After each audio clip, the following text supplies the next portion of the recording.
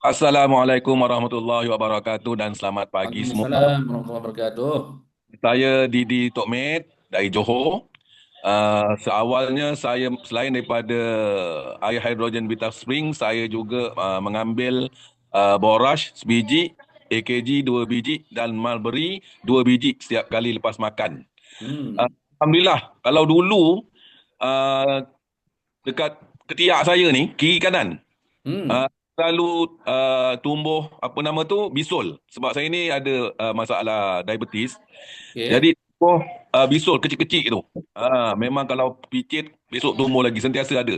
Jadi sejak daripada saya mengambil produk-produk Healthy Way ni, alhamdulillah sampai sekarang clear. Tak ada lagi dah tumbuh-tumbuh apa nama tu bisul lagi dekat ketiak saya. Oh, Dan saya okey. rasa alhamdulillah macam bertambah sehat dan segar dari masa ke semasa. Alhamdulillah. Terima kasih Alhamdulillah. Healthy Way.